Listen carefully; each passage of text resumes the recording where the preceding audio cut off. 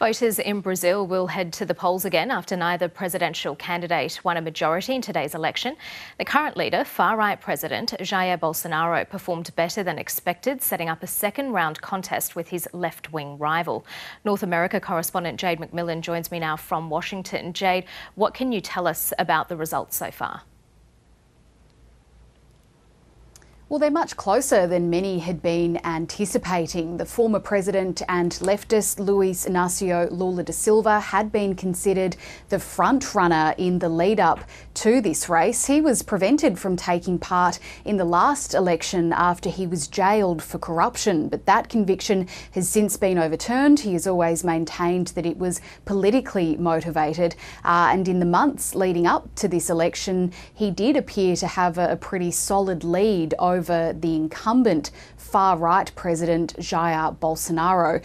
With most of the country's voting machines now counted, Jair Bolsonaro is still trailing behind his rival, a man known to many in Brazil simply as Lula, but he has managed to prevent Lula from winning enough votes to declare victory in this first round. There were 11 candidates in this election.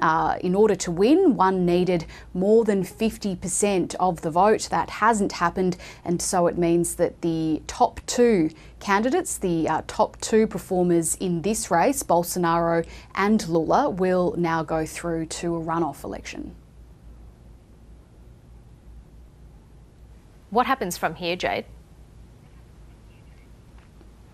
Well, that runoff is scheduled for October 30th, meaning what has already been a very tense campaign, a very tense time in Brazil, will be extended for several more weeks. And what many observers have been concerned about is what could happen if Jair Bolsonaro ends up losing. He has sought to cast doubt over the integrity of Brazil's electoral systems, in particular its use of electronic voting machines. Many have compared his rhetoric to that of the former US President Donald Trump.